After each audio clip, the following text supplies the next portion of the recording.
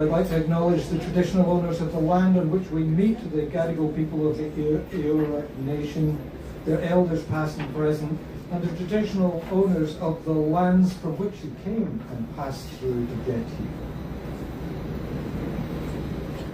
My name's Jimmy Thompson. For those of you who don't know me, I write the Flat Chat. I used to write the Flat Chat column in the Fin Review. I have the Flat Chat website. I go on ABC Radio, which leads me to my most hot point story. I was looking for a new hairdresser, and they told me about this guy at the top of Orwell Street. They said the only thing wrong with him is that he listens to the ABC radio all day. So I thought, this is my kind of hairdresser. So I went there and I said, is it true that you have ABC radio on all day? He said, yes, I do. And I said, then you must have heard me at some point. He said, I thought I recognized your voice. You're Dr. Norman Swan.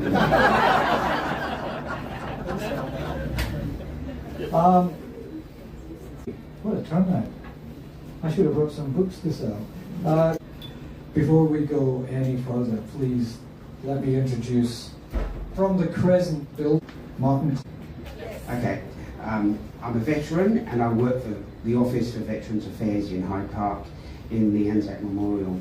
I reached retirement age 67 last month, but I can't retire due to uncertainty at the moment hanging over my head. I'm a poet and wrote this poem I'm about to read to you. It sums up what my future looks like. They rocked up with polished shoes, rolling eyes stopping on the jackpot we'll never see. Fake paper smiles and promises rehearsed. They talked about our great opportunity, growth and vibrant change, but never named the quiet things they would fracture unambiguously. My home is no palace, just a modest life living, where mornings know the gentle sigh of the kettle, where every wall holds a memory happy and warm, and the front door whispers a tender goodbye. They measured my life in square meters and with glee, reducing my years to columns of forever pain, as if a lifetime could be bought and grief made fair through greed and exploitation. My retirement time has come as I prepare to lay down my tools, to rest, to breathe, to finally belong. But instead I'm counting what I cannot keep and worry at night where I'll go when my home is no longer my own. They'll build their millions tall and gleaming brightly and call it something hopeful, clean and new. But in the shadow of their rising steel are the ghosts of our lives they never truly knew. I'm not afraid of change, but this is not a choice I have made. It's something stolen and tarted up as destiny, a quiet theft posing as a Christmas pantomime. What can ever replace the contours on my face that neighbours read and understood? Their nets that held me when the world gave way. Their offer cannot buy the modest comfort only I know, or lend me strength to start all over again. So I will stand where the dust replaces me, a coffin of memories, without a second glance from the thieves, because my home is so much more than what they are stealing. Thank you.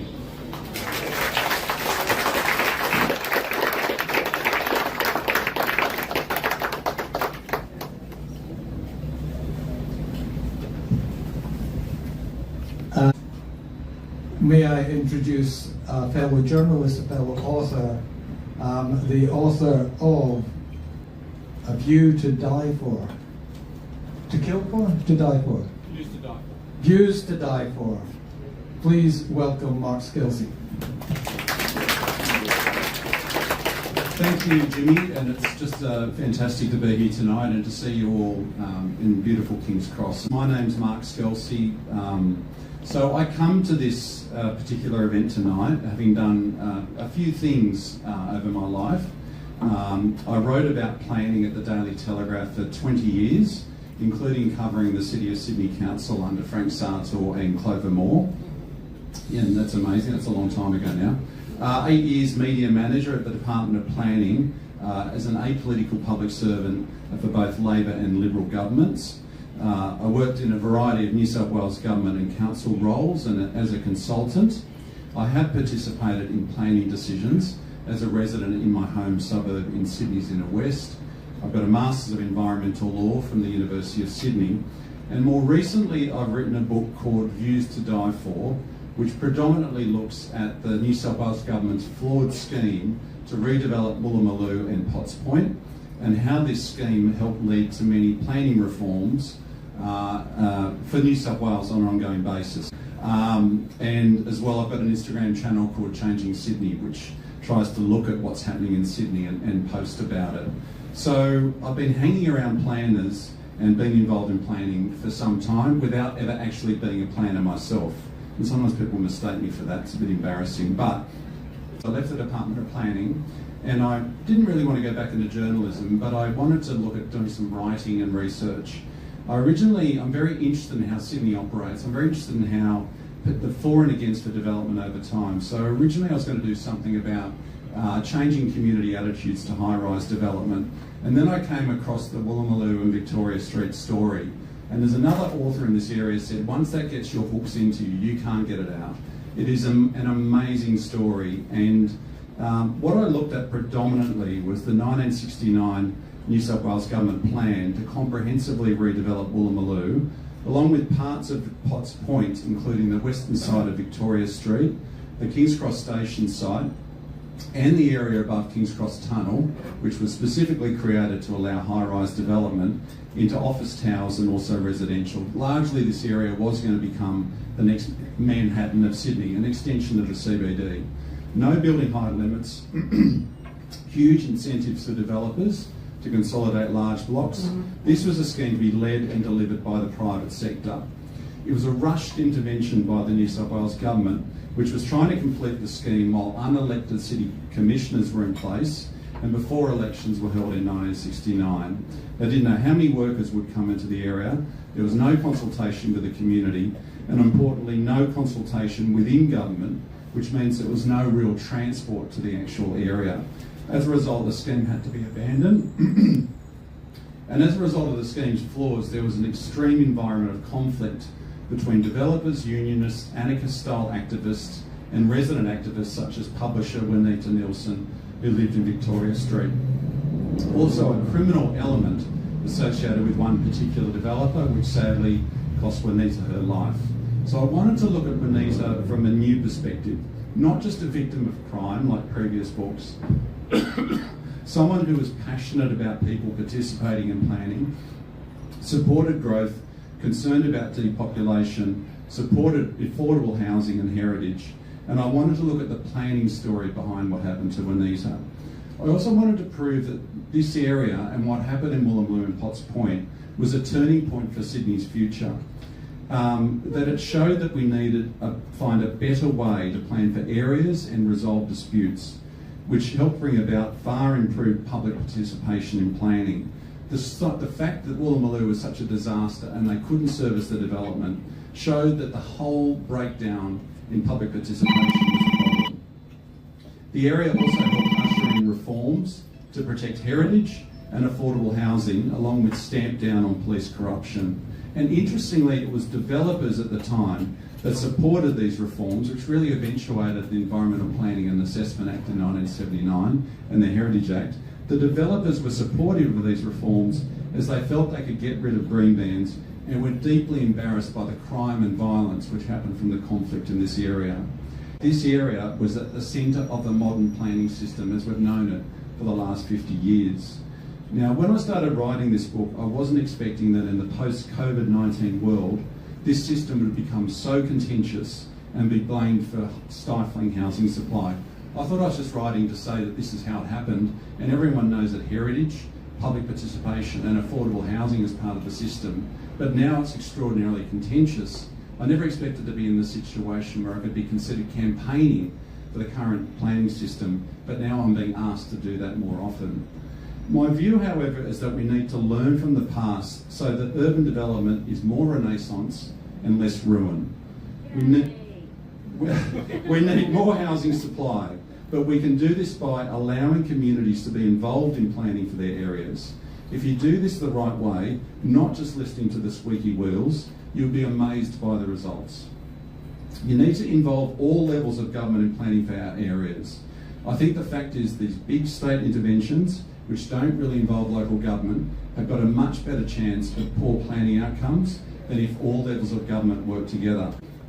And as well, I think that we need to, and Woolloomooloo, as it finally happened, was an example of 3 levels of government coming together to deliver affordable housing. So let's get government working together on these problems.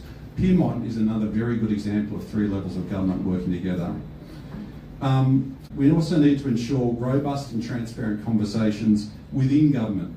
That's not what people often see. They don't realise how difficult the conversations can be within government to ensure that we deliver the schools, transport, hospitals and other infrastructure needed to support growth. We need to preserve the best bits of our history and our neighbourhoods with more human-scale development.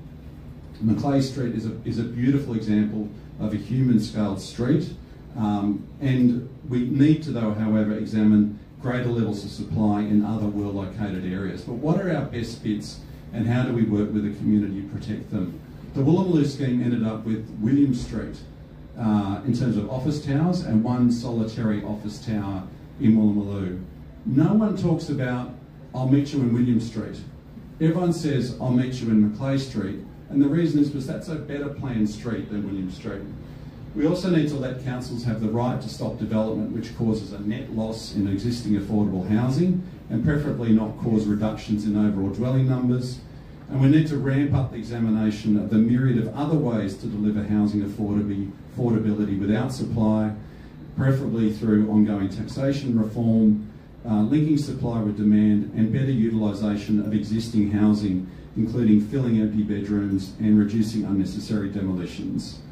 I think there's been some great examples of urban renaissance in our city which have responded to the above issues, but also some example of urban ruin.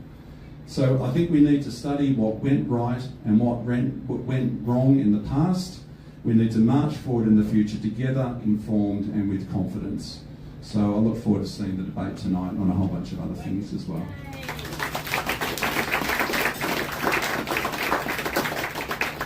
Thank you very much. There's stuff going on there that affects us all in this area, one way or another. Michael Town.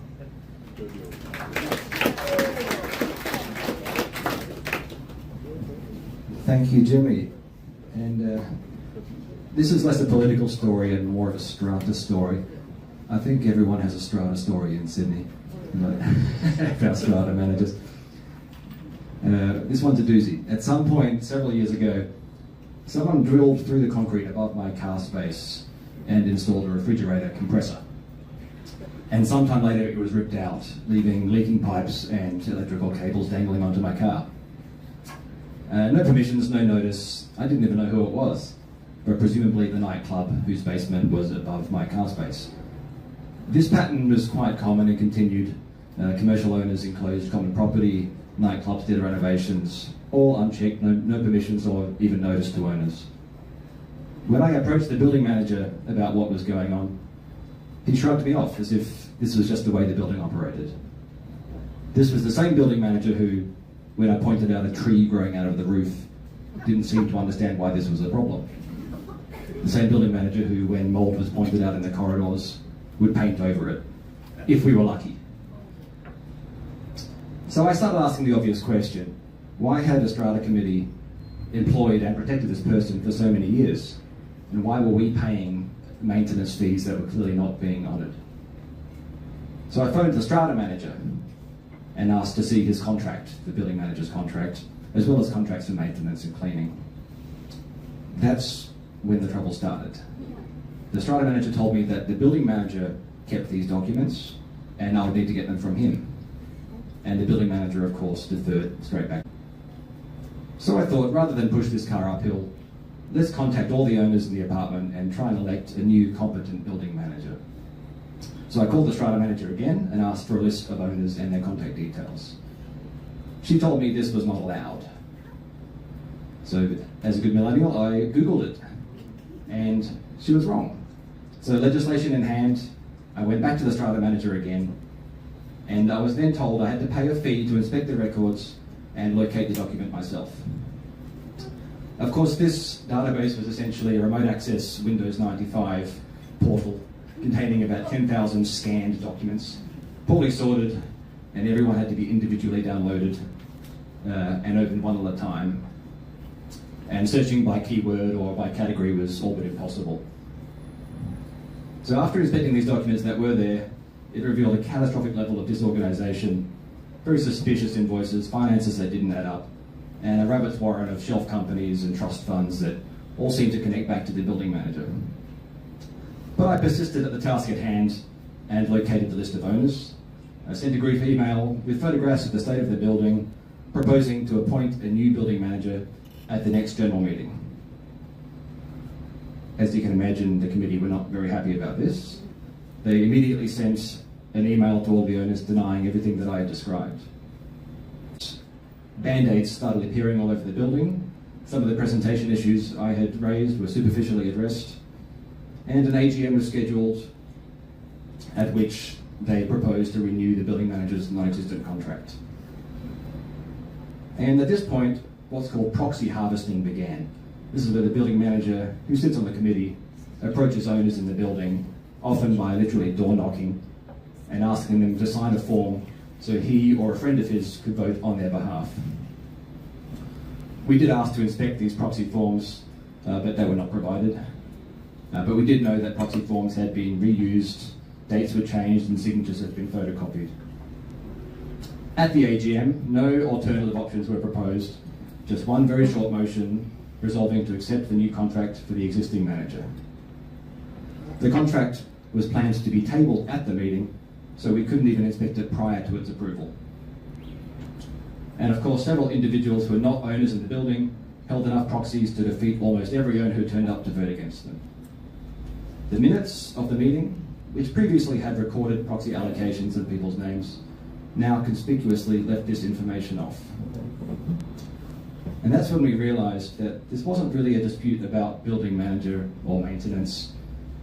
It turns out this was all to maintain control of an upcoming development opportunity that had been in the pipeline for decades. The building manager was a former employee of a property developer, and a small number of very interested parties, including commercial investors and developers, had entrenched themselves on the committee. They controlled the meetings, they controlled the records, the minutes, the communications to owners, and the building management and maintenance itself. They could withhold information until it was too late to challenge. They could produce accounts of meetings that left out crucial bits of information. It's present tense, not past. This is still going on, according to this is an ongoing saga. The committee member and secretary of the Owners Corp is described on her LinkedIn as expertise in mixed-use developments, retail and commercial, in various stages of development life cycle. So her agenda is fairly clear. This is the person elected on our strata committee as the secretary. This pattern continued from disputes about renovations, legal expenditure, meeting procedures, common property, unlicensed contractors, jobs that never took place, record seeking. The list was never ending. So eventually several crusaders, Peter, Patricia, Frida, myself, we took these matters to the lower courts, the Civil Administrative Tribunal. The committee's response was swift, to engage very expensive lawyers. That they aggressively threatened me with costs, telling me I would be ordered to pay huge legal fees for filing vexatious and frivolous lawsuits. They even brought a separate application against me personally to dismiss my cases alleging that the claims were false and defamatory.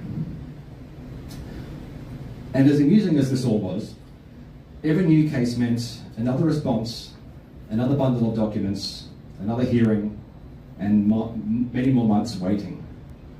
It was a textbook gish gallop, an avalanche of rubbish that cost time to refute and obscured the substance of any claim that we brought to the court.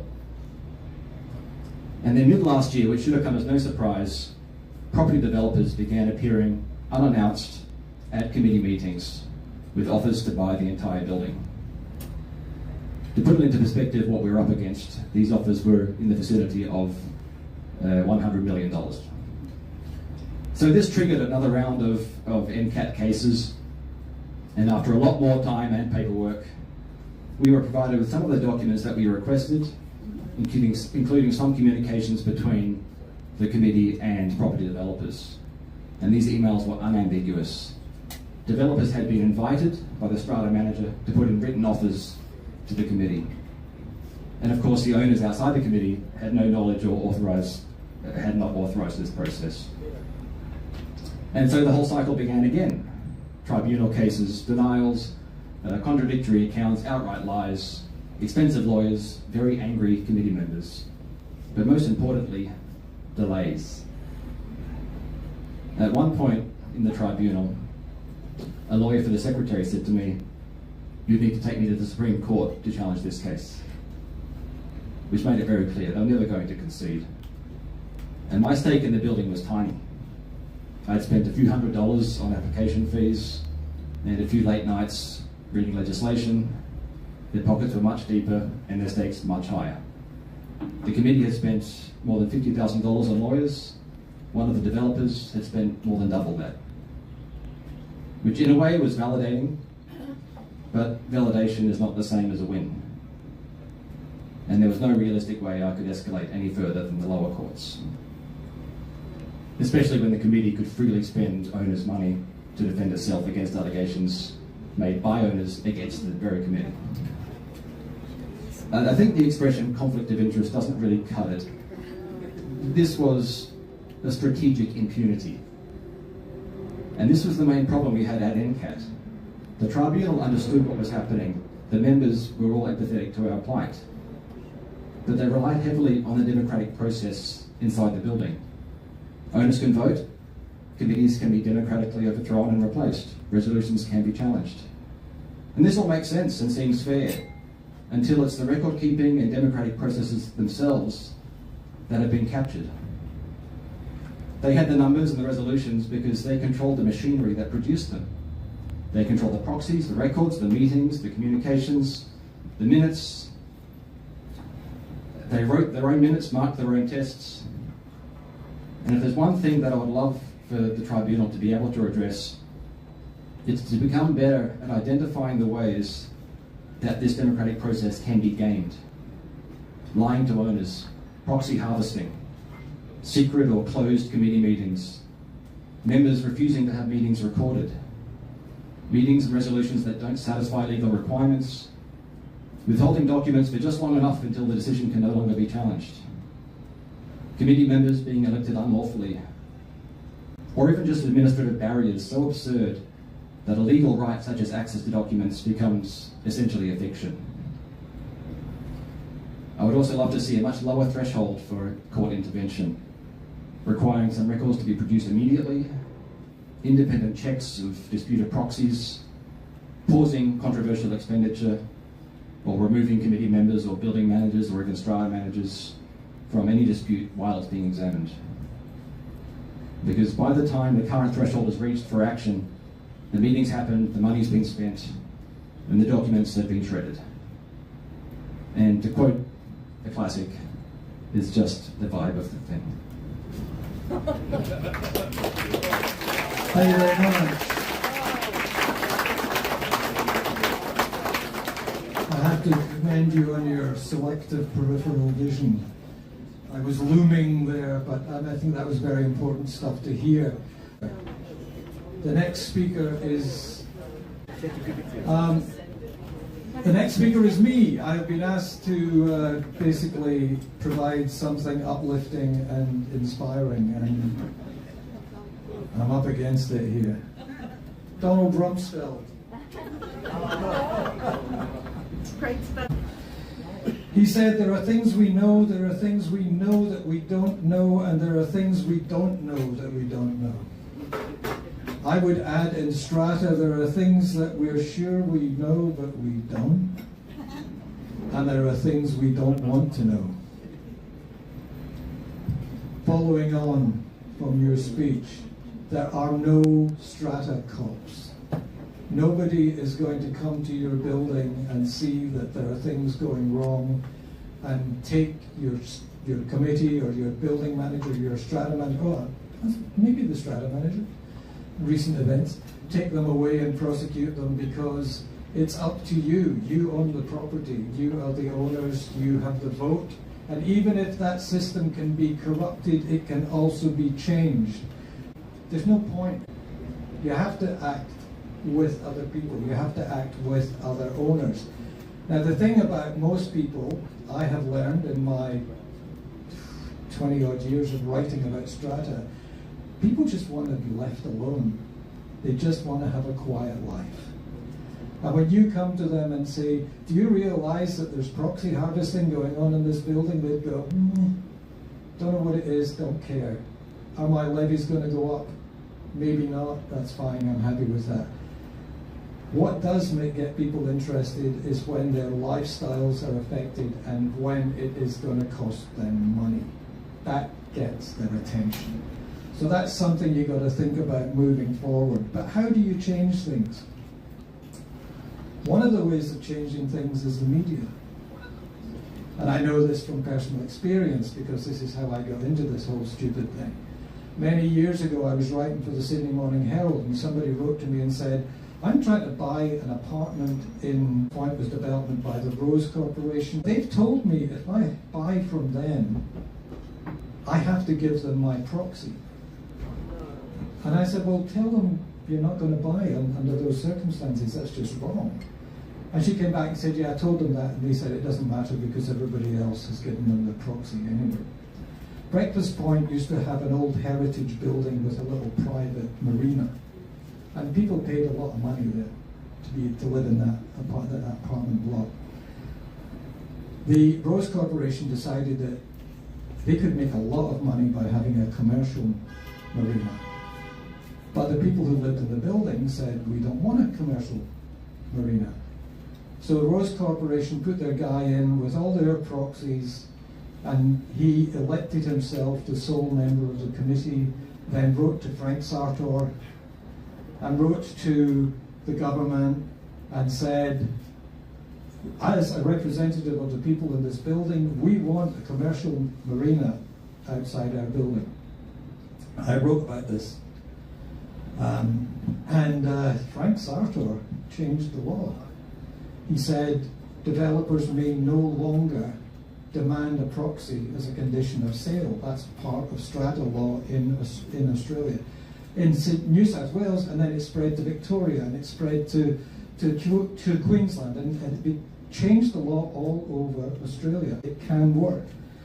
A couple of years later, I walked into Victor Dominello's office. He was the Minister for Fair Trading, and he said, what's going on that I should know about, Jimmy? And I said, have you heard about sunset clauses? And he said, no, I've never heard about this. And I said, well, what's happening is that developers are delaying the completion of their buildings. And remember, this is a point when property prices were running very, very, very hot. So developers who'd sold off the plan were delaying the completion of their buildings and then invoking their sunset clause that allowed them to give you back your deposit that they'd been holding for 2 or 3 years and say, sorry, we can't complete the building, and then 2 weeks later they put your apartment that you thought you were going to buy back on the market for 20% more. And Victor Dominello said, well, I'm not having that, and he changed the law. And that law got changed in Victoria and Queensland and all over Australia. She took on her owners' corporation about not being allowed to have pets. And she went to the tribunal, and the tribunal said, yeah, that's wrong. You can't have this blanket law. And the owners' corporation appealed, and the tribunal said, yeah, no, that's okay. You can have a blanket law against pets. And then it went to the Court of Appeal, which is the highest court in New South Wales. And they decided you cannot have a blanket law that bans all pets just because they're pets. That changed the law in New South Wales. It changed the law in Victoria. It changed the law all over Australia because the law was basically flawed to begin with. And then recently, much more recently, there was an ABC documentary called The Strata Trap, where people went on air and talked about all the bad things that were happening in Strata, but they focused on a Strata management company, which for legal reasons I cannot name, but they're called, let's call them not Strata. I mean, it was embarrassing for them because their CEO was the president of the Strata Community Association, which is the Strata Managers professional organisation, and he very reluctantly resigned, and there was an investigation, and they found all these things, and they very reluctantly changed some of their practices. Last week, just last week, Fair Trading announced that they are taking criminal charges against that company and its CEO. Thank you. It's good to know my sister's here. So, publicity, the media still works. It still makes a difference. But I'll tell you what doesn't work. Phoning up a journalist and saying, there's all this terrible thing happening in our building and somebody must do something about it. And yeah, well, that is terrible. Can we get your name and a photograph of you? No. I don't want people to know who I am. And you're just not going to get the stories up. It's hard. You don't want to become the pariah in your building. You don't want to be the person who everybody says, oh, you've cost us 10% of the value of our apartments. Well, you know, that might happen temporarily, but once you get things fixed, once you've got the best block in the street, then the prices will go back up again. Sometimes you've got to take a risk, but just don't try and do it on your own, and don't expect somebody else to come along and do it for you. It doesn't work like that, but it can work. On a lighter note, Peter Sheridan is a local author, he's an activist. He is the founder of the Potts Point Preservation Group, which is not the name of a Richard Osman novel. And he is the leading dental photographer in the world, among his many talents. Please welcome Peter. Thank you for having me this evening. I've lived for 25 years in this area. I love what it is and what it should remain. But I'm representing in some ways the Potts Point Preservation Group, which we formed a few years ago in response to City Council's neglect of this community of Potts Point, Elizabeth Bay and Rushcutters Bay, in terms of recognising, preserving and promoting its special character, its history and its heritage, and allowing and promoting demolition of existing apartment buildings full of studios to be replaced with luxury 3 to 4 bedroom apartments. And this was becoming a common cycle. We're also become part of a group called Doing Density Better, which is a recently launched alliance of Sydney's community groups trying to impede the state government and developers building an avalanche of high-rise, all of which ignores the neediest in the community, and almost all of which without any consideration for local communities, and most of which without any new infrastructure.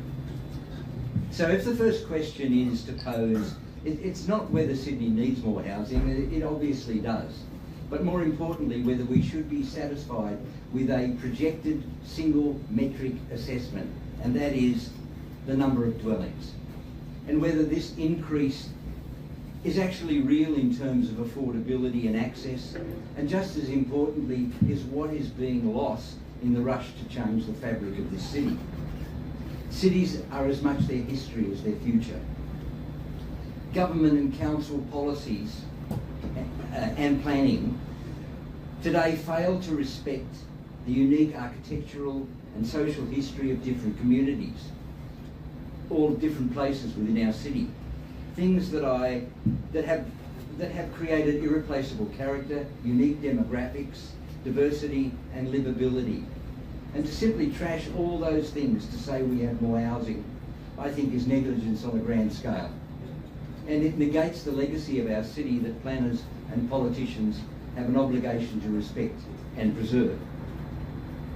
Sydney has built little social housing in the past 50 years, and more the state government and councils rely on private developers to supply a bare minimum of affordable housing. And frankly, I think it's irrational to expect that private sector developers, whose motive is simply profit, be trusted to provide housing for the less wealthy members of our community: young people, families, the old, renters, low-income earners, and essential workers. How many people forced out of their accommodation can afford to rent or buy into the replacement building? And the answer is none. Now, this is a very special community in Sydney. It's been the densest community in Australia for nearly 100 years.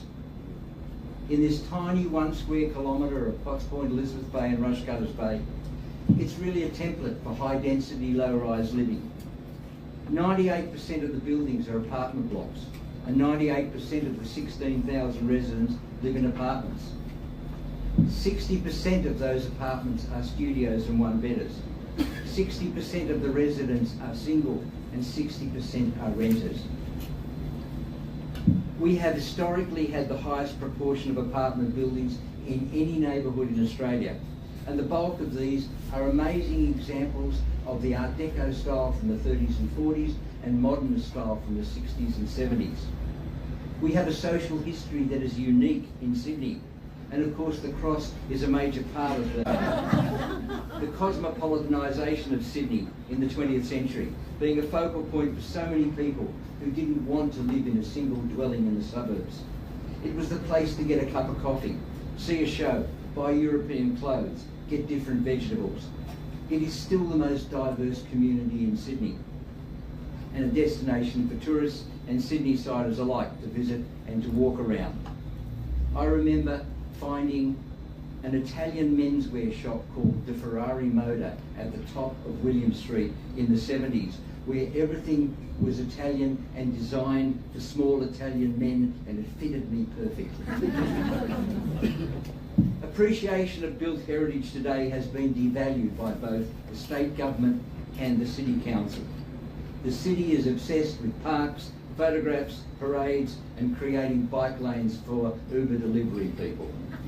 The state has denigrated heritage to a pimple on the bum of the Department of Climate Change, Energy, the Environment and Water. Heritage doesn't even rate in the title.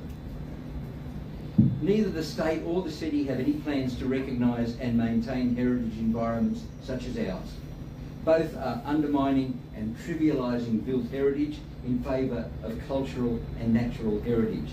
And heritage-worthy 20th century apartments are being made easy targets for developers, ignoring their significance as examples of the changing historical societal infrastructure that gives Sydney its identity. Reflections of immigration, assimilation, inclusion, the advent of ownership opportunity through company title and then strata title, and rental apartments instead of boarding houses. Also, a famous centre of community activism is the place where in the 70s, as you've heard, green bands stopped the rapacious developers and where Juanita Nielsen lived. Currently, locally, we have about 8 redevelopments and a whole lot more in the pipeline, all of which are targeting 20th century apartment blocks full of studios and one-bedders, demolishing the buildings and building tall blocks of 3 and 4 bedroom apartments with views for the uber wealthy, and being encouraged by both the City Council and the state government. The loss of housing stock, and particularly studios and one-bedders, is catastrophic. Here are the figures. 274 apartments have been reduced to 134, of which, of that 134, 80% are 3 and 4 bedroom. That is a real loss of 140 apartments. All the 227 studios and one-bedders are gone. Not one is being built. There are 30 affordable apartments projected. If you watched the Four Corners program on Monday, even if built, they will be unaffordable in real terms for the people who most need them. And we should not forget that 7 of the current DAs approved by council, the city takes a fee from the developer for not building affordable housing. It takes that money and pockets it. Residents get kicked out and nothing is built locally that might house them again. That's disgraceful. Heritage sustains urban memory, architectural diversity, neighbourhood identity, and the evidence of how previous generations lived. Current planning policies are causing a cumulative erosion of all these things, and once lost, it cannot be recreated. Property is actually a prerequisite for long-term inequality, and we are already seeing evidence of institutionalised discrimination in new buildings with poor doors, proposing different entries for renters and owners. We must fight to ensure that this is not the appalling legacy we leave for future generations. The next phase in this area is state government SSDs around King's Cross Station, which will see probably a flood of super high-rise with a tiny token proportion of unaffordable small apartments. Poor planning models by the state government, and to a lesser extent by the city, that prioritise maximum floor space yield over urban quality, creating towers that overwhelm the existing streetscape, diminish sunlight and open space, and leave little opportunity for future generations to shape their city. The result will be a uniformity of blandness across the city, and Sydney will lose its history and its different communities. We need to challenge this. We need to challenge the inequality and lack of opportunity for vulnerable members of the community, the outrageous benefits provided for developers for minimum public gain, the weakness of our protective authorities to act and protect, the rubber stamping of self-serving heritage and environmental impact reports, the lack of new infrastructure, why demolition is always preferred to remediation. And we need to push back against the blanket dismissal of community objections. I'm probably talking to the converted, but I urge you to support your community groups, such as the Potts Point Preservation Group. This neighbourhood is one of the touchstone areas in the battle to preserve the soul and the legacy of Sydney. Only one metric will impact the city and the state, and that is overwhelming community disapproval. That requires everybody to be involved and to be vocal. We hope that all of you here will think of the less fortunate, the diversity and social history we cherish in this area, and the architectural profile that is so valuable from a historical point of view and as the basis for our day-to-day living. We need to make a difference, not only for Sydney today, but for Sydney's future legacy. Thank you. Thanks very much, Peter.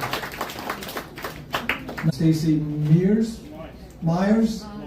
Stacey Myers from Shelter. Please, come on.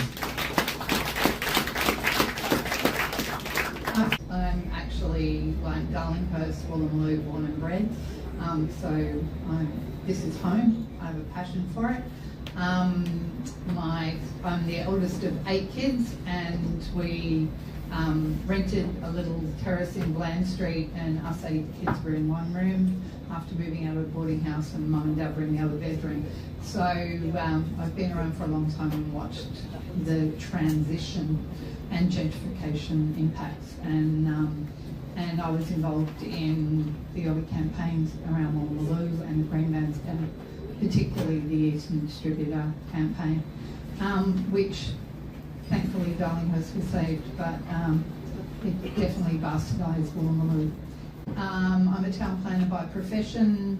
I've worked for probably about 5 or 6 different councils, state government bureaucracies, and I now work and have worked for quite a while for Shelter New South Wales and National Shelter. And I think that probably the primary issue is that we've been advocating very strongly around the infill provisions.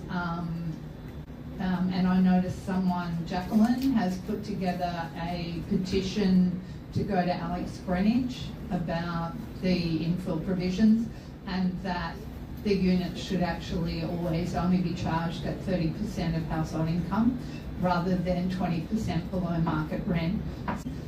We've done a lot of work on it. We've commissioned research to look at the problems. by Professor Peter Phibbs, who people would have seen on the Four Corners program, and Cameron Murray. If you go to Shelter's website, you can pull up a copy of their report that shows the problems with the infill provisions, which really probably led to the Four Corners program.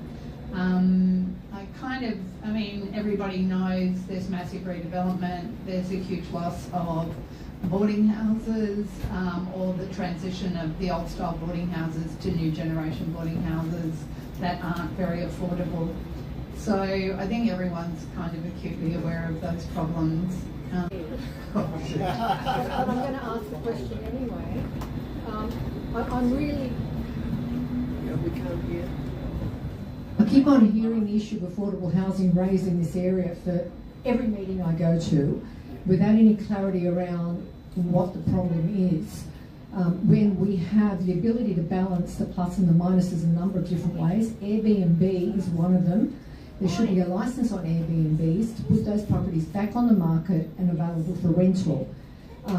In addition to that, there's so many other options for affordable housing without blaming developers, and preferably working with them to achieve the right outcome and not being so anti. The running order here. Please welcome from the Urban Task Force, Mr. Tom Forrest.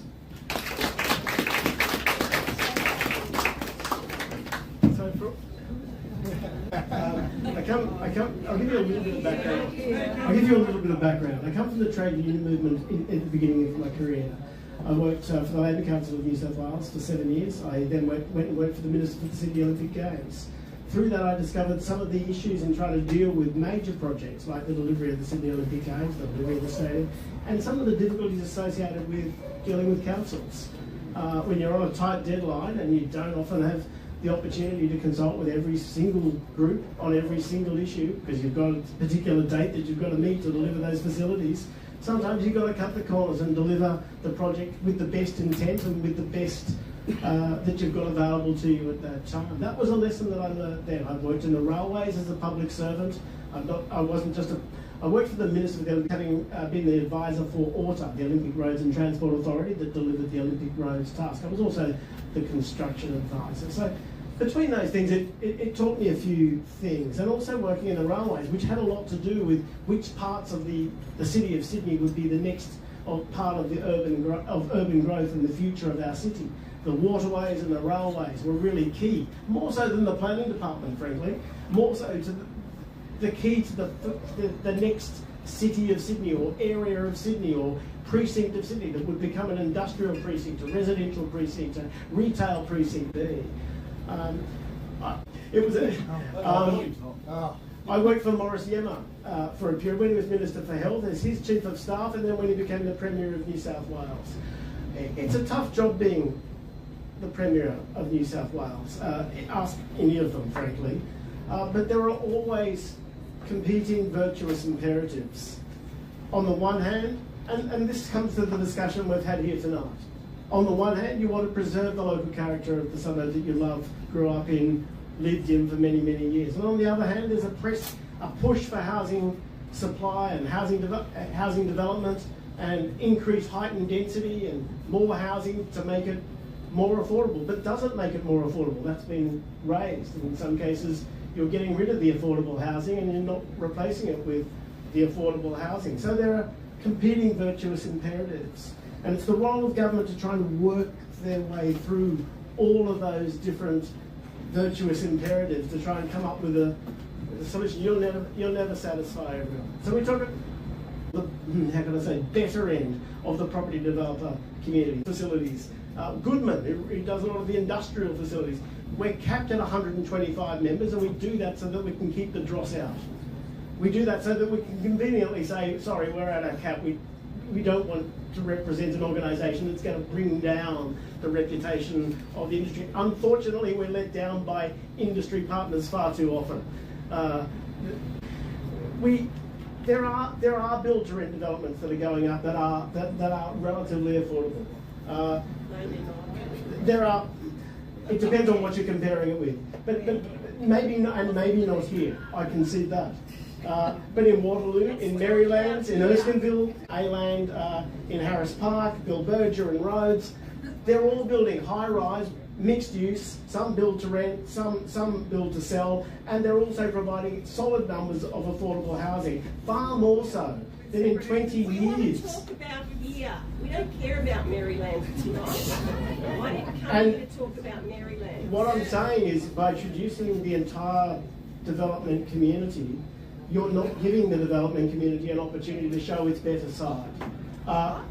I agree with the idea that you need to lock the key decision makers in a room, force them into a situation where they can have a discussion, even have an argument about what should be happening going forward. But the bottom line is, we've got a massive shortage of housing at the moment. It's a shortage. The government's said we need 1.2 million. They're going to achieve about 850,000 over the 5-year period of that housing accord. The King's Cross precinct, the Potts Point precinct, it has a role to play too. It's now well serviced by infrastructure and amenity.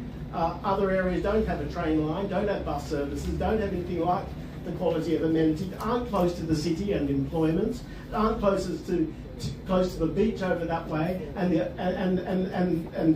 Sydney Harbour over that way.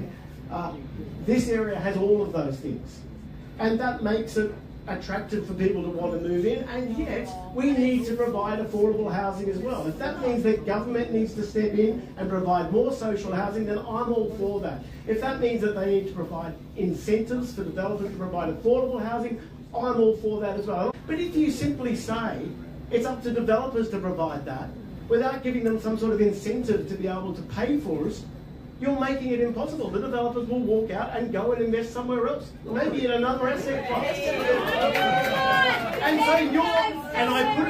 so I put to you, that's a very easy position for you to take, and that gets rid of your problem. But you are creating a massive problem for the young people coming forward. You are creating a massive problem for the poor people who can't afford to live anymore because the rents are going up. By not having the supply, you're pushing the rents up, you're pushing the prices up, you're excluding the young people. I say let's work together, let's not scream and shout. Let's work on a way that government can support the private sector, or indeed just deliver it themselves if they want to. I don't mind which it is. But you can't just say, you who are already not making enough profit to be able to justify the bankers giving you the money to invest in that property, you've also got to provide for something that government's failed on, not delivering enough houses, not approving enough houses in Sydney. Well, if you're asking the developer to pay for it and they can't afford it, they won't. So you say, we're happy because our community doesn't change. You're forcing people into poverty by having that position.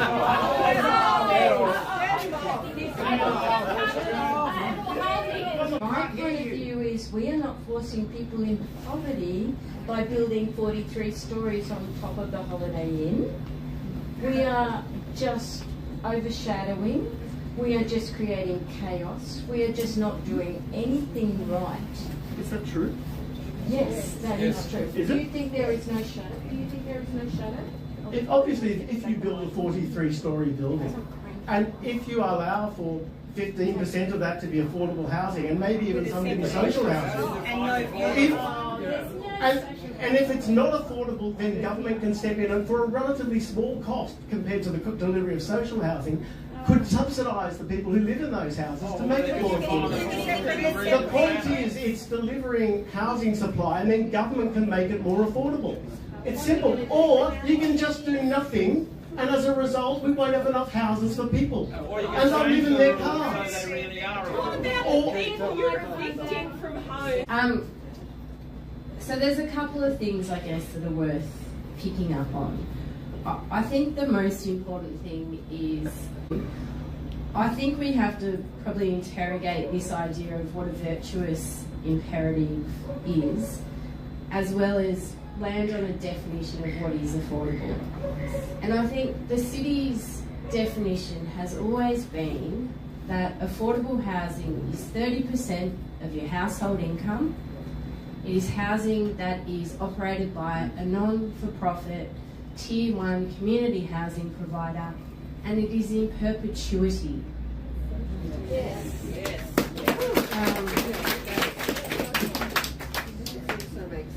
And the way that we've been able to negotiate that outcome, and Tom mentioned the Coronation development in Erskineville, is by actually sitting down with developers, many of whom are Tom's members, and negotiating what's called a voluntary planning agreement.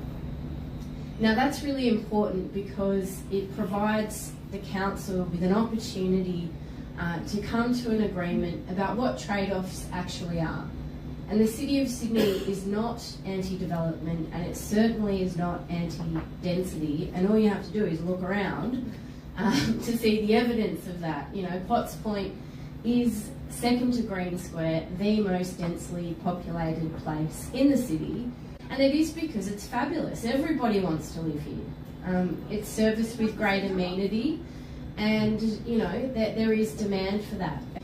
People deserve the right to live where they want to live, not only where they can afford to live. And I think there's a real issue not only of inequity around that, but it also doesn't serve the economy. You need all kinds of people to be able to live in the city or a place to do all kinds of jobs. So that's one thing. I think what is of real concern and is evidenced, I think, specifically by the Chimes and also the Holiday Inn development, is that increasingly the city's ability to sit down and negotiate outcomes with developers based on our definition of what is affordable housing is being increasingly eroded.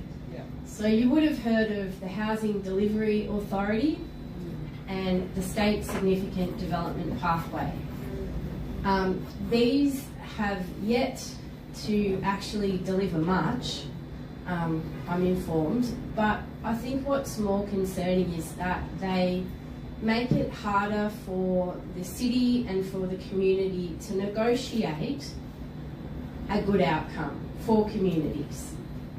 In effect, it disallows it provides developers with a kind of a loophole or a shortcut so that they can get much more yield, and they would argue that that yield is based on economics. Whether or not that's true, I'm not an economist, I don't know.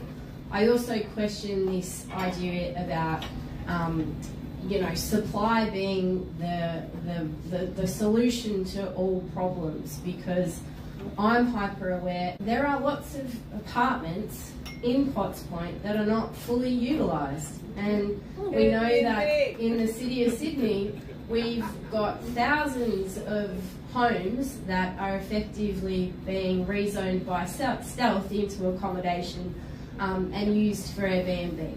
And what people tell me and what we've seen in your community and particularly in Millers Point are whole streets where no one lives in the houses. It's run by an investor or a conglomerate that have not just 1 or 2 listings, they have 30, 40, 50, 100 listings, and it's an investment stream. I think that's questionable, and I think we have to really recognise that if we are committed to providing housing for people to live in, there needs to be some sort of regulation about how that's dealt with. We don't have the data. We can't just go knock on someone's door and say, "Excuse me, do you live here?" We can't do that. We would love that data. I am of the view that if you have a home, it is your primary residence, and you have done a beautiful job of managing your life so that you can spend half the year in the south of France, you should be able to let out your home for as many days as you like. But if it's your second home, your third home, it's an investment property, and there are so many people who just can't get a decent place that they can afford to rent in, then that should be the priority. And that's fundamentally simple economics. If the demand is outstripping the supply, then the low-hanging fruit is to change the levers so that the homes that are already built are being used as homes and not being used as boutique accommodation. If you want to open a hotel, do it. You should have to play by the same rules as everyone else. my responsibility on council is to try and balance competing needs. I think we've managed to prove to everyone that we can do density well. Green Square is incredibly dense. It is scarily dense. Like, you don't, I really encourage you, if you haven't been there, to go for a walk and feel what it's like. When council has the ability to negotiate a good outcome, we not only get the density, but we also get the beautiful library and the open space and the leafy streets and the childcare centres and the libraries, and we can advocate for the schools. We don't always get them, but we're trying. But we can do that, and I think when you go to Green Square, the staging of development was also really important, because there was a huge tower built and then a beautiful library. And then there was a world-class aquatic centre, and then another big tower. It happens over 20 years. It's not something that's thrust upon people in a way that basically causes absolute chaos. So I agree with Tom that, the best way to manage development and density is to bring people together to be able to discuss an outcome that's fair. What I don't agree with is for planning processes to bypass the city and the council, and in doing so bypass the community's ability to have a say, and in an effort just to kind of achieve these manufactured numbers that kind of sound good in a press release and sound good when they come out of the Premier's mouth, but to varying degrees don't actually deliver houses. I don't think, for all of the hoopla around the Housing Delivery Authority, that it's actually managed to deliver a ton of housing, because you know and I know and everyone with a logical and rational mind knows that the crisis in housing is due to a combination of supply and really perverse taxation and economic levers, and the lack of a workforce, and the economy, and like, it's complicated. I think we're deluding ourselves. If anyone who says there's a quick fix is full of it, frankly.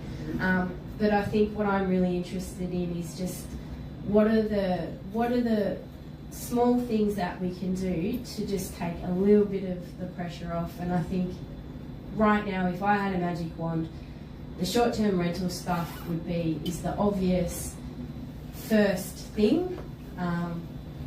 I think, for anyone who rents, having even 100, 200, 1,000 additional options to choose from on realestate.com next week would be life-changing. I think that we've got to fight to protect our ability to participate through these negotiations and resist, wherever possible, a state significant pathway. And I also think that we need to keep talking to each other and trying to come up with creative solutions that are fair, that both acknowledge that people have sunk their entire lives' work into the places they live, but also are kind enough to consider the generations of Sydneysiders to come, and also acknowledge that the best of our communities come when there's diversity. And I don't want to live in a city that's just full of like rich people with heaps of assets. I think having a mix of people is really important. So all these developments and the new future ones that are coming to my street, where I've lived for 35 years, if we're going through state significant process, isn't the council, like Clover Moore, isn't the council just completely now, tied up with having fewer powers? Yeah. What have they got? I mean, Clover Moore said that you're getting strangled, and then she asked us to come and suggest ways that the state that MINS will still be able to recognise them with some kind of say in the development, and then you know, it's nothing now. If your question is what powers does the council have within a state significant development process, the short answer is none. No, we're kind of out of it. This is such a high density area. It's over 46%, as Clover said, you know, that we don't need any more stuff. We don't need pressure for people to buy, you know, sell up their apartments for 3 times more and then build massive high-rise and block I understand and I empathise.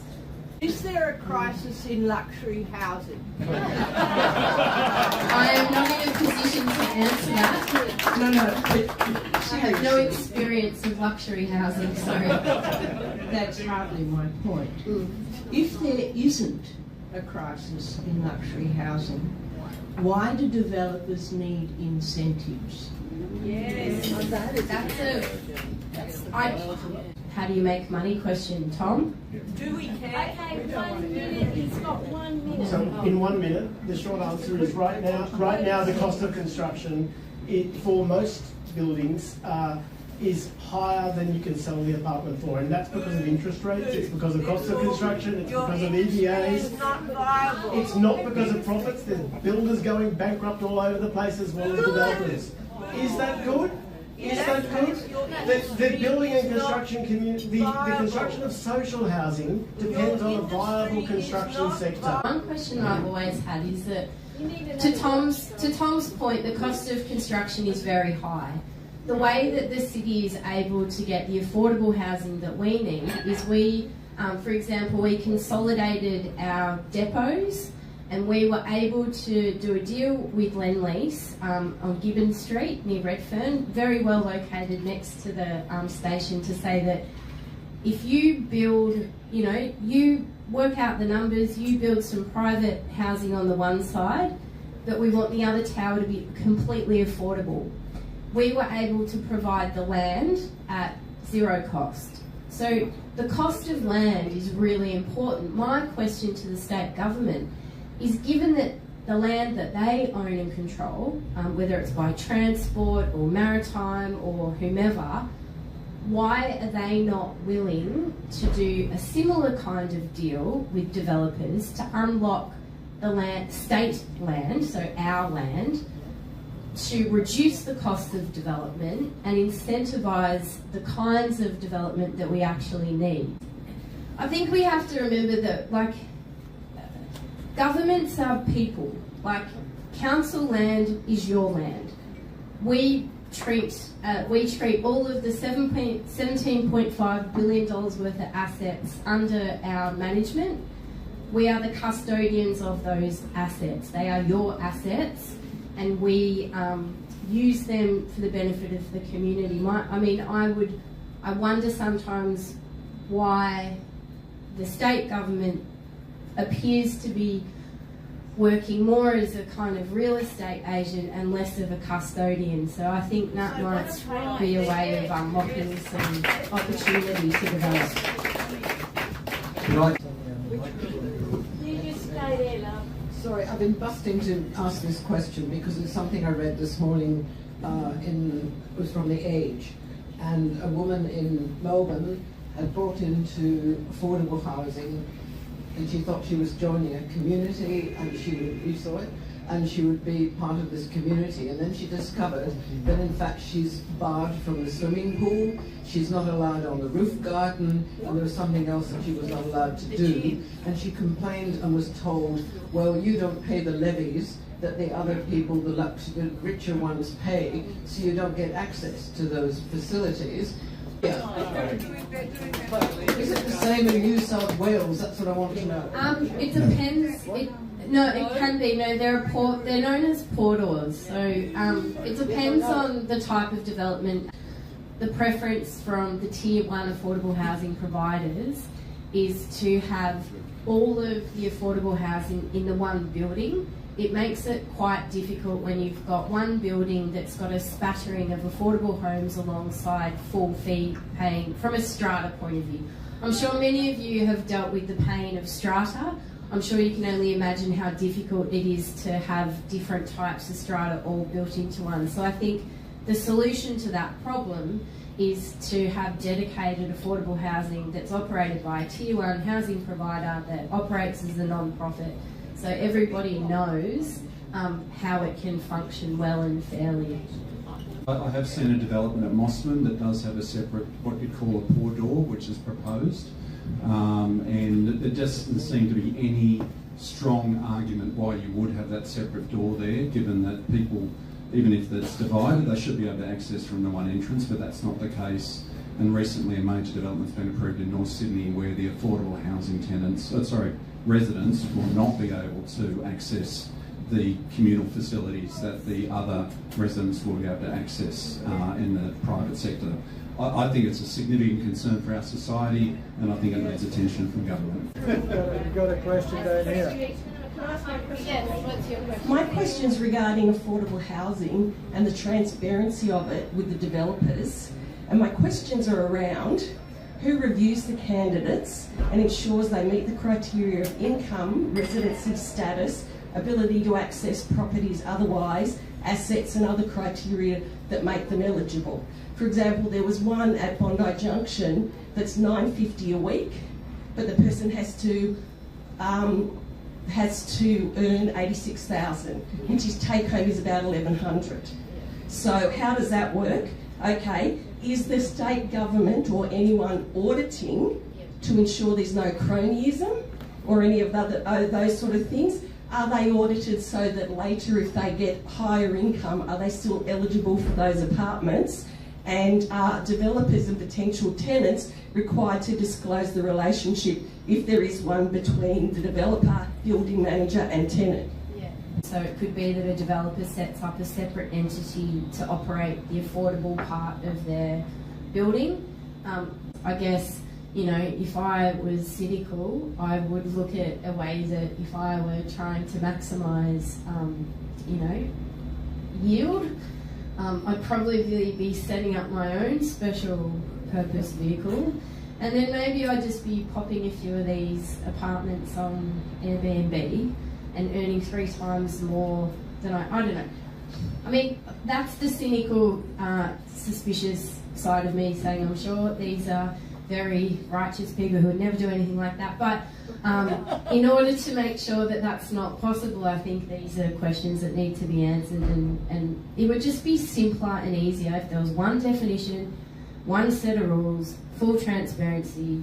I think the real tragedy in that Bondi example is that because the definition is 25% below market rate, nobody on the affordable housing register can actually afford to live there. So to the best of my knowledge, a lot of those apartments remain empty. We have a question over here. Hi, Patrick, long-term Potts Point resident. Language is really important. How we describe people, if we keep using a term, it sticks and it becomes their descriptor. It's how we view them, how we understand them. The term pour door has already been used a couple of times tonight, but if other people find the term infill to describe people who are eligible for affordable housing or for low rent accommodation, that it's like it describes the leftover portion of a building that's full of luxury apartments, but these few floors down the bottom are just the infill. And I find that really is disturbing, and it's really demeaning to those people. I mean, to be honest, I've never heard that term. It's on the City of Sydney website under the building, with building pages. Infill doesn't mean just a component of the building. It actually means they can be anywhere in the building. Like, they're called infill development because they're developments that sit within existing urban form. They're not infill because the lower units are.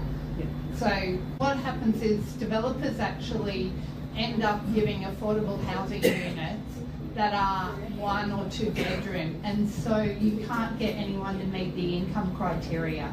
So if the units were, say, 3 or 4, then you could get a family into it because they would meet the income criteria. So it's a bit of a mismatch between the income and the units that you're being gifted. And the truth is, a lot of Sydney cities infill affordable housing developments are actually also 1 and 2 bedrooms. So there is a huge shortage in that affordable housing space at 3 and 4 bedrooms for families. But you wouldn't find a 3 and 4 bedroom luxury apartment that's going for 20 million to being described as infill because it's a spare floor on the top of the building. Clearly used to describe the lower portion, not physically lower, but the more affordable versions of the accommodation that are available. The City of Sydney classes the buildings around here as either contributory, neutral or detracting from heritage. And one night I clicked on as many buildings I knew the addresses of that were Art Deco blocks. Just ordinary, the red brick ones with sometimes curved balconies, nothing exceptional. They were all marked as detracting, which kind of shocked me.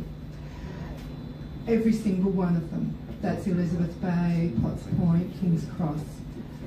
I took this up with one of the duty planners at the City of Sydney, but they never got back to me, and they said they would follow it up. They never. It scared me a lot, because doesn't that mean that developers can use that as an excuse to just demolish every single Art Deco block in this whole area? I can actually answer that question to some degree. We went to Clover about 3 years ago.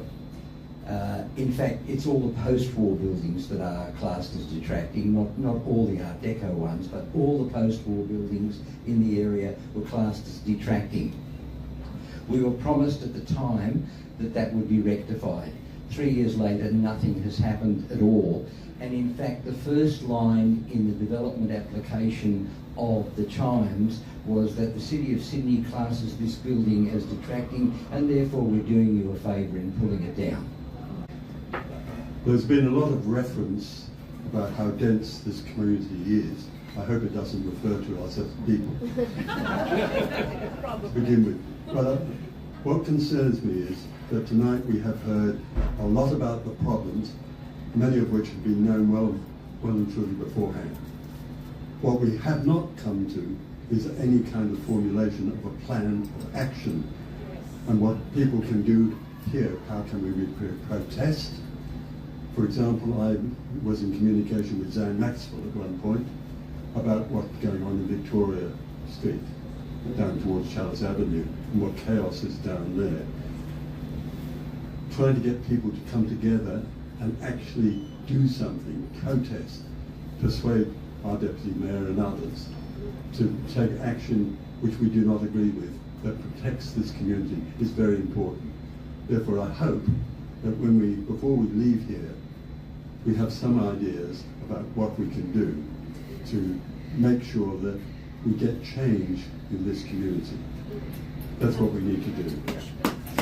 I think there's one thing that's worth taking a look at. I mean, the scenario that the city always tries to avoid is having targets and things imposed on us. Where we can negotiate generally leads to a better outcome. I'm not going to promise you it's going to be the outcome that you're always going to want all the time. There's always going to be trade-offs, and no one's going to be happy 100% of the time. In fact, most people are unhappy 100% of the time.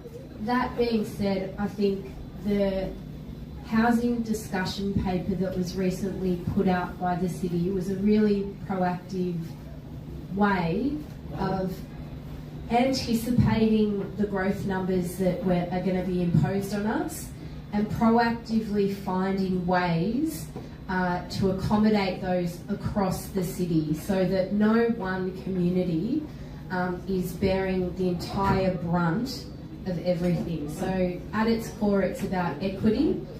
There's some really creative solutions. One that I particularly love is called the Torrens Tidal.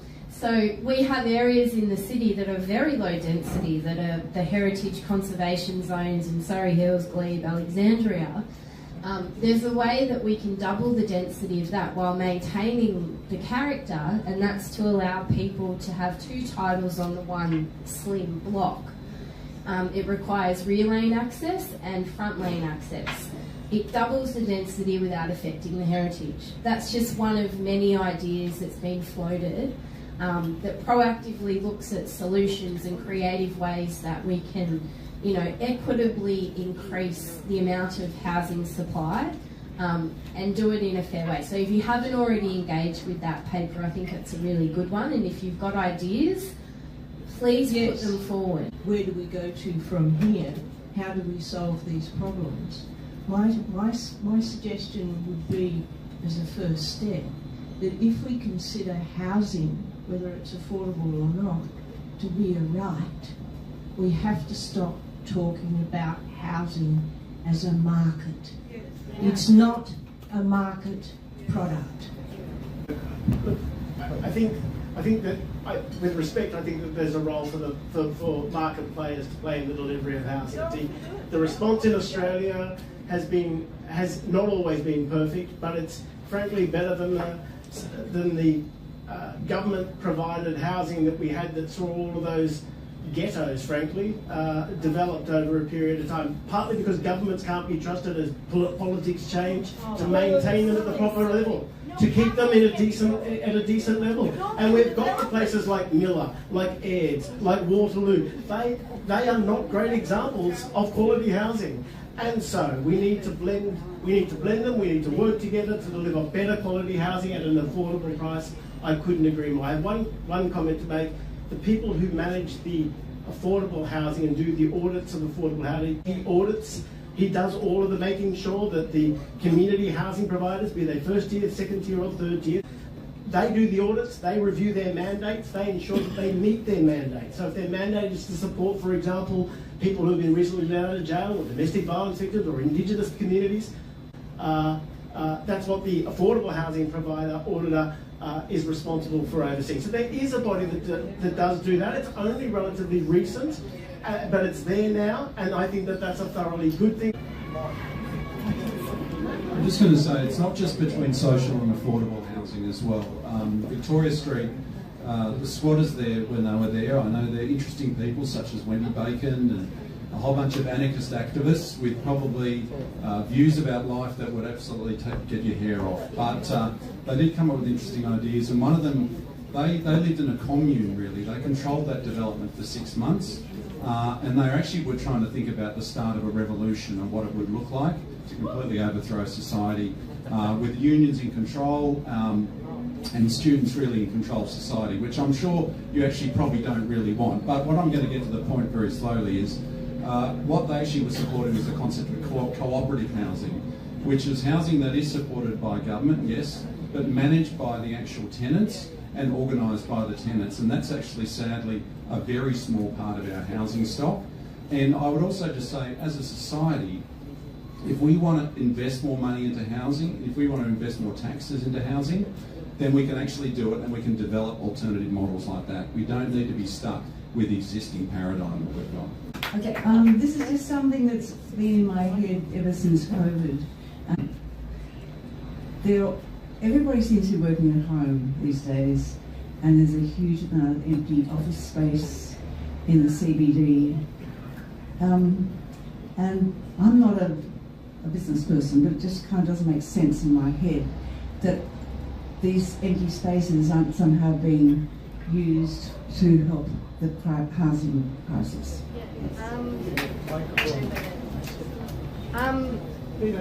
Yeah, no, I don't know. Can you take a mic to answer? Yeah. Does this mic? No, I think that's a really worthy option to explore. I think traditionally the city has retained and effectively quarantined a lot of the CBD for commercial use.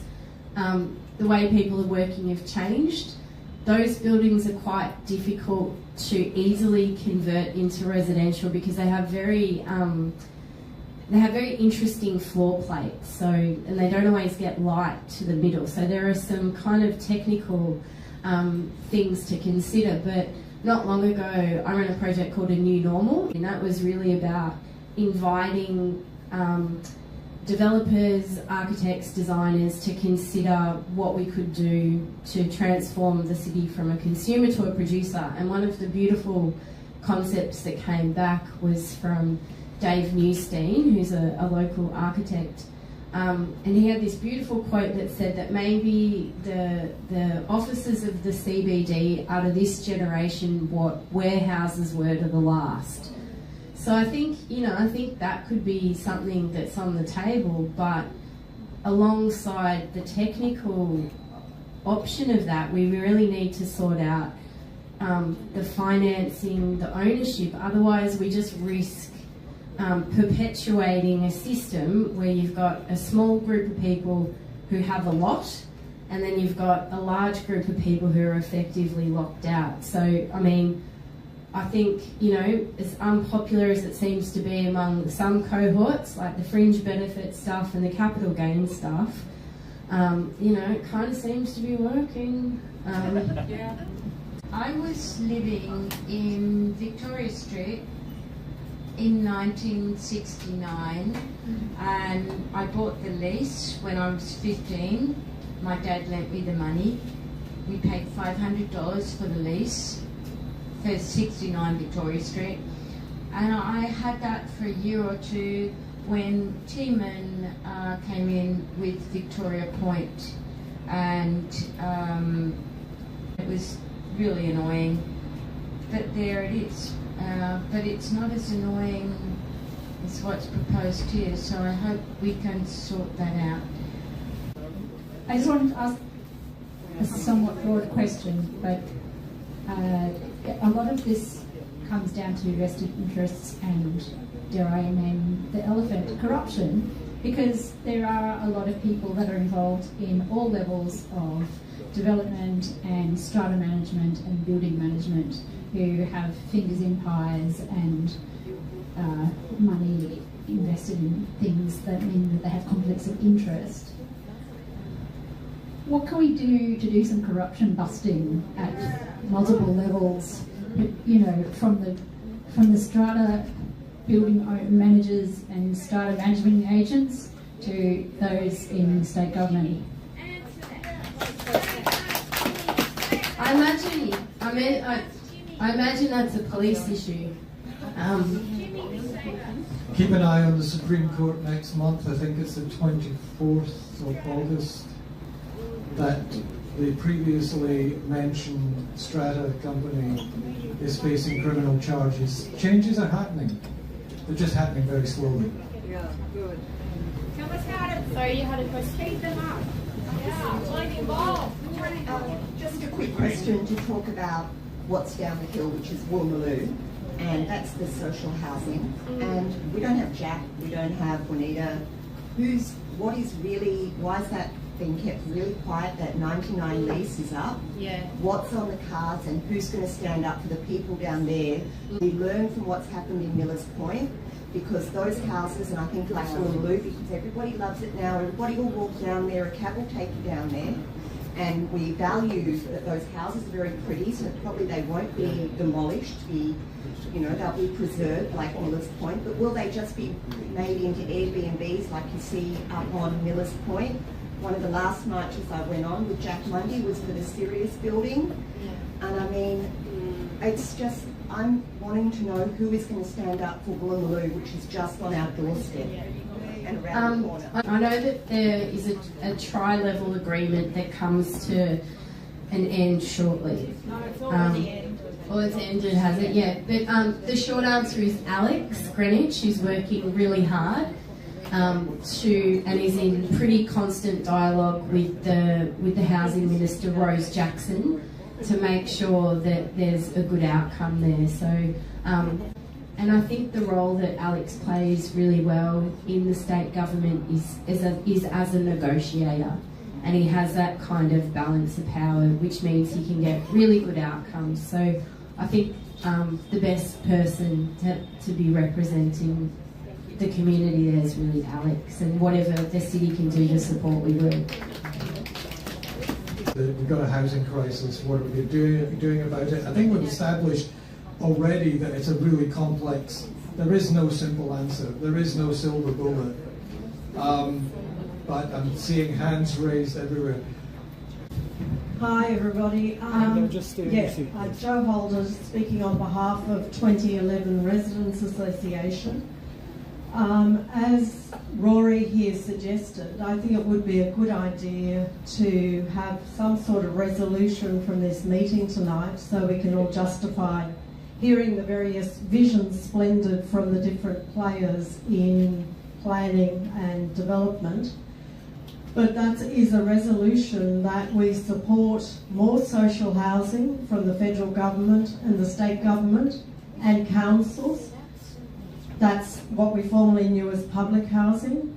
And that we also support, as per the ABC Four Corners program, that we suggest or recommend strongly to the Federal Minister for Housing and the State Minister for Housing that there's an urgent review into affordable accommodation, or what's called affordable housing, I think, more euphemistically, because of the number of loopholes, which is really what the Housing Investment Fund that was introduced in 2022 is doing, is basically has created a free-for-all for developers, too many loopholes for developers, so that the term affordable housing is almost meaningless. It really is a term that needs to be redefined, and that we have an agreement that it's something in perpetuity and that it's something that's linked to income, not to market. That's what's causing the chaos. That's what's causing the loss of density in our local area. We are an area that's actually losing population. So we're actually, by all of these demolitions, by all of these evictions, by us losing our friends and our neighbours, and it's got to stop. Here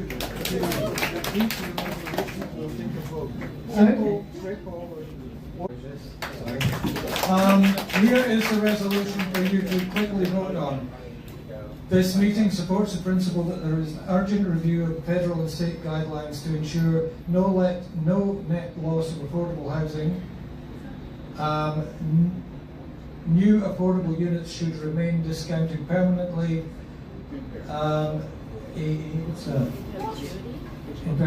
And set to income, not market, and no sidestepping to declare state significance. Who is in favour? That resolution has been passed unanimously.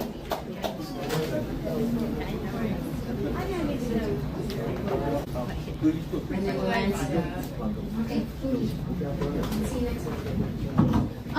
Just one last question. With that resolution, for me personally, as a strata owner, I'm terrified because I've got an owner that's very well connected to a developer, and any moment I'm expecting, the knock on the door, hey, we're going to offer you X amount for your apartment. I just want to know who we can send that resolution to. I contacted Paul Scully yesterday. I was completely outraged after that Four Corners program. I mean, it's just terrifying. So I want a petition sent to Paul Scully to have that resolution to do that policy change. Yep. We live in a little independent enclave. You're very fortunate to have an independent town hall, so in effect we often play an opposition role to whoever's in government. You've got a brilliant independent member, and then you kind of got a bit of a periphery around Greens. Unfortunately, petitions that come from our electorate that go to Paul Scully's electorate don't really mean much. What I think is a more effective way of campaigning is to really work with the communities in those electorates, find commonalities, and make it an electorate issue in their seat. Yeah? Because I don't think the issues that are happening here are unique to here. There are some big systemic commonalities that need to be looked at. On the issue of strata, I really think that one is ripe for reform and for some significant reform because it's really hurting everyone. And I think people in Paul Scully's electorate are probably just as concerned as you are. So my suggestion is that we branch out beyond our immediate area and start building, you know, communities of influence where they really matter. You know, in the next 10 to 20 years, everyone's going to kind of be like the City of Sydney, where 80% of people in the City of Sydney live in apartments. You know, in other areas that's growing too. So it's kind of incumbent upon us to exemplify what good apartment living is like. And if we can figure out the strata problem here, I think we can probably help a lot of other communities as well. Can I just suggest that maybe people want to, I don't know if Sydney City wants to organise it, but a meeting with David Chandwell,